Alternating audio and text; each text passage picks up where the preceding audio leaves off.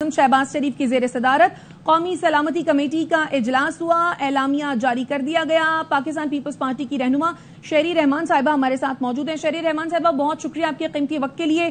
अहम और बरवक्त एलामिया जारी कर दिया गया है जिसमें तय ये हुआ है कि पाकिस्तान से ताल्लुक रखने वाले पानी के बहाव को रोकना जंग समझा जाएगा। इसके साथ साथ तिजारती रवाबित मुअत्तल करने का भी कह दिया गया है और भारतीय एयरलाइंस के लिए पाकिस्तानी फजाई हुदूद को भी बंद कर दिया गया है। क्या कहेंगी? जी देखिए, ये तो होना था। जिस तरह उन्होंने शुरुआत की है, इतना बड़ा इकदाम लिया है, वो तो सफारतकार उन्होंने वहाँ सारे निकालने की भी बात की, तो पाकिस्तान जवाबी सारे रद्द अमल कर रहा है।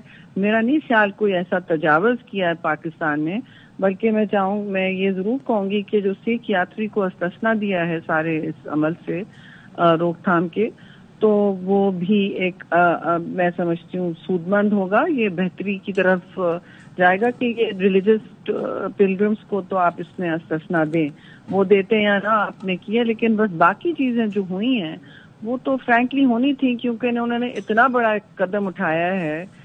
वो चाह रहे हैं कि आप पर इस वक्त हर किस्म की कीमत आपको देनी पड़े किसी काम की जिससे आपका कोई ताल्लुक नहीं है, और खुद ये सब खुद जज, खुद जूरी, खुद कोतवाल हर चीज बने हुए हैं। तो बगैर किसी एविडेंस के बस केस बना के पाकिस्तान पर दाग दिया है उन्होंने, और अब कह रहे हैं कि हम आपका पानी बंद कर देंगे। देखिए, इस तरह होता नहीं है। 21वीं सदी में ये जो आप ये जंग आलूद आयरन कर्टन लगाते जा रहे हैं, ये कहीं किसी काम के नहीं होते। ये इनको खुद पता पड़ेगा बाद में कि ये क्या किन किन हालात का आलमी पॉली क्राइसिस, क्लाइमेट क्राइसिस किसका सामना करना पड़ा है, और फिर इनके पास वो अमन पसंद हमसाया नहीं होगा जिससे वो खुल के बात करें। पाकिस्तान ने हर अपॉर्चुनिटी दी है जी, हर मौके पर बात करने की कोशिश की है, हर मौके पर। अब ये मौका तो नहीं है खड़े होकर हम कहते कि जी हम अमन की पेशकश कर रहे हैं। देखिए, हम दहशतगर्दी को जरूर कंडेम करते हैं, लेकिन अमन की पेशकश होती तो ये समझते कि हमने उठा के कमजोरी का एक की अलामत समझते और चढ़ाई करते। इनकी सोच फुस्तायत वाली हो गई है बिल्कुल, और अफसोस से मैं कहूंगी ये इस सदी के तकाजों को समझ नहीं पाए हैं, ना अपने लोगों को जो ये ठेस पहुंचेगा, इनके अपने लोगों को के साथ मसले होंगे जब वो दरिया जब रोकने शुरू होते हैं तो ये बातें होती हैं।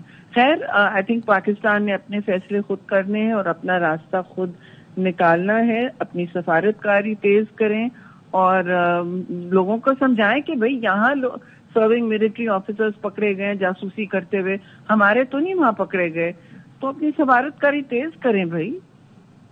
और शहर साहिबा, हम जैसे देख रहे हैं भारत ने बगैर तहकीक के इल्जाम लगाया, उसके बाद एक गैर जिम्मेदाराना फैसला किया, अहमकाना फैसला किया, उसके बाद इन तमाम सूरत हाल में जो जंगी माहौल पैदा किया गया भारत की जानिब से, इस गैर जिम्मेदाराना किरदार पर आप क्या कहेंगी भारत के?